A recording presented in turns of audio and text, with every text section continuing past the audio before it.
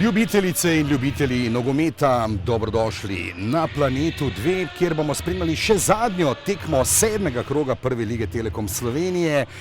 Domača Mura danes gosti Aluminij. Popotnica Mure je bila zelo lepa.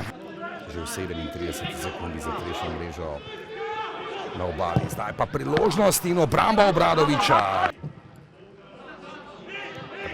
Na drugo stran Kovs do Karničnika, Karničnik s predložkom v kazenski prostor. Tukaj je nekaj nevarnosti. Vsekakor pa tudi Anti Šimundža od vseh, da ne bo pomote, zahteva, da dajo svoj maksimum in danes prav gotovo, če se želijo nekoliko saj malce udobneje počutiti na vrhu lestvice. Tukaj priložnost Sipotne, ki ga izvaja Čermak, predložen v kazenski prostor. Čvrsto tam obramba Mure, ali je bilo to igranje z roko? Tako je. In 11 metrovka za Aluminij. Ni veliko časa okleval Damir Skomina.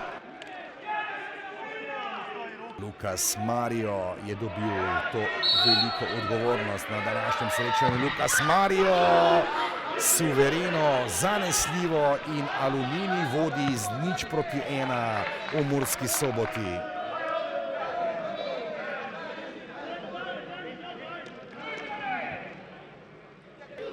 Emir Azemović bo še nekaj časa moral počakati, da bo dobil dovoljenje četrtega sodnika Roberta Ponisa. Tukaj priložnost za izenačenje, tako je. 32. minuta. Žižek pa je znova med strelci. Potem, ko je zabil tisti gol v 37 sekundi Koprčanom, pa se je tokrat hitro aktiviral. Pečnik. Še vedno Pečnik in Izetnik. Žoga v mreži Aluminija. Mislil sem že, da je žoga poletela mimo vratnice Obradoviča, ampak na koncu le v mreži in takole je Pečnik povišal na 2-1 in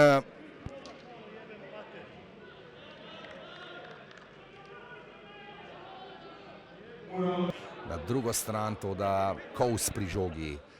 Kovsu lepa poteza Kovsa med nogama, tam Kovs, ali bo to prišlo do izenačenja? Vroče je bilo tam.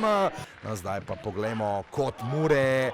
Ali je tukaj gol za izenačenje? Maroša je bil znova blizu, izbija Janžekovič, ni konec napada. 7 minut do konca rednega dela z 1-2. Še en predložek v kazenski prostor, blizu je tole bilo.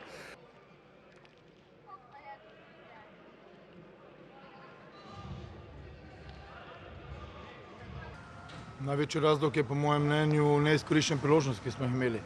Pomeni proti težkem nasprotniku, trdemu nasprotniku.